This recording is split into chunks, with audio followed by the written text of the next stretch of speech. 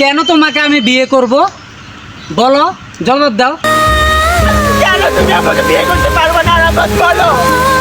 আমার মা আমাকে 10 মাস 10 দিন পেটে ধারণ করছে। আমার মাকে ফেলে, আমার ভালোবাসার ফ্যামিলিকে ফেলে তোমাকে আমি বিয়ে করব? ফ্যামিলির বিরুদ্ধে কোনোদিনও হবে না।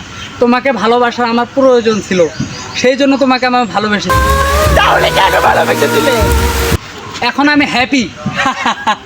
তোমার সব কিছু আমি নিয়ে নিয়েছি, এখন সব আমার হয়ে গেছে, সেই জন্য তোমাকে আমি বিয়ে করব না। এর জবাব আমার কাছে চেয়েও না তুমি, প্লিজ।